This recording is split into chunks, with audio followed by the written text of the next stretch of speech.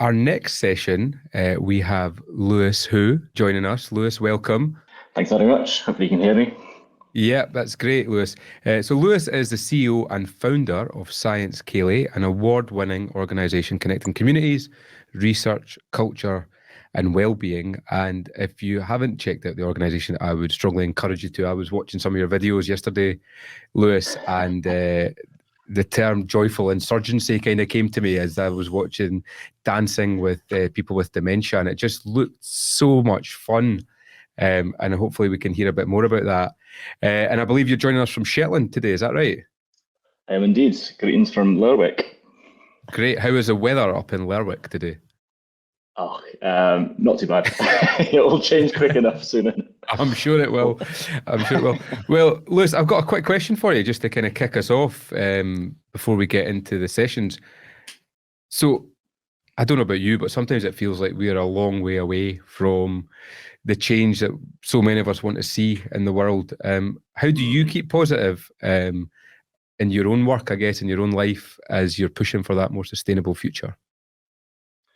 It's a big question, and already from the session this morning, I think there's lots. It feels like a lot, the kind of the change that's needed, and I think we've started to see, and I think we'll see in this session how connected everything is as well, and that can feel really overwhelming in terms of, everything has to be intersectional. We have to think about how well-being connects with climate, that ties to economy.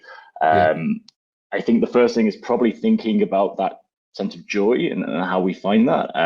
So in small ways, in the local communities, I think what helps me through this work is, we have to think about these are massive systemic issues, and whilst everyone has a part to play, it's important that we stress that no individual should bear the responsibility of all these things. And so I think there's something about thinking about how this small action that we can make in our local communities scales up and feeds into this wider system of change. And I guess the work within the system is that how we actually scale that in a meaningful way. And a colleague of mine once said a quote recently, and I'm almost close to tattooing it because it's really in my head. So any map without utopia on it isn't a map worth using. And for me, I find comfort in that the work in terms of, sometimes we have to reimagine whole system change and keep working towards that in small ways, and remembering that it's not just tinkering in the sides, it's about how do we imagine what utopia could look like and working towards that. And so what are some of the stars that you use to navigate towards that utopia? Like, are there certain things that you look for, or, when you're looking at projects or even people that you're working with, like, are there things that help you stay true to that path? Yeah, no, definitely. I think it's about appreciating the kind of small interactions and just seeing how much passion there is on the ground, really, in terms of the work that we do with communities. People are working, despite it all, to find joy and to help each other out. Particularly, we particularly work across the Highlands and Islands as well as other parts of Scotland. And rurally, people have so many hats, and they look after each other. Just yesterday, we were working with folks looking at people's memories of rural healthcare and how over lockdown, and over the pandemic, people just chipped in small ways. And I think the work is to work out how this work cannot be undervalued. And that's very much a big part of the work we try and do, is how do we value that expertise and that local action in ways that aren't top down, that really truly value that work and scale it to kind of value that expertise in local communities and bring that forward. And then I guess from your experience then over the last few years, and we chatted a lot this morning about some of the challenges that we've faced as a society, what are the things that you're seeing on the ground that are making a difference? Those small acts that you talked about, like, have you got some tangible examples?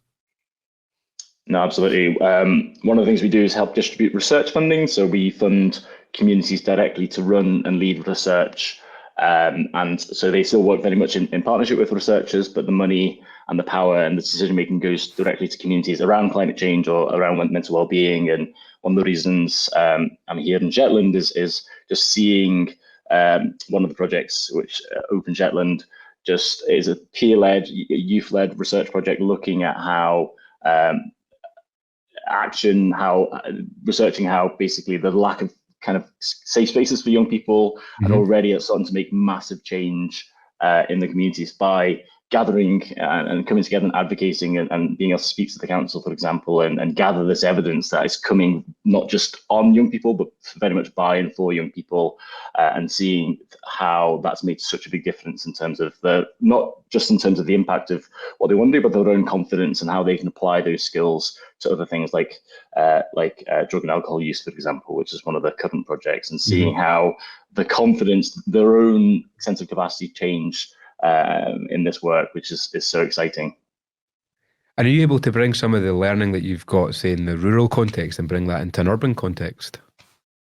Yeah, very much so. I think that's a big part of what we really advocate for. We have a network called Community Knowledge Matters, which is working across Highlands and Islands, and one of our key kind of messages is how we can bring that learning of community-led research across the Highlands and Islands to the rest of Scotland. And I think very often there's this unfortunate deficit model about when thinking about rurality, when actually, again, thinking about some of the work we've done in the Western Isles with the libraries, the search expertise and how people already used to working really flexibly, really agile in their communities in really connected ways. And so how can we make sure that scales and that learning is taken to the cities and the towns as well, and more urban areas?